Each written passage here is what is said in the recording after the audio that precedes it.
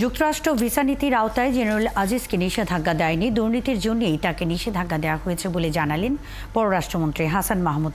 তবে যেহেতু তিনি সাবেক সেনাপ্রধান, তাই বিষয়টি তারাই দেখবেন বলেও মন্তব্য করেন মন্ত্রী।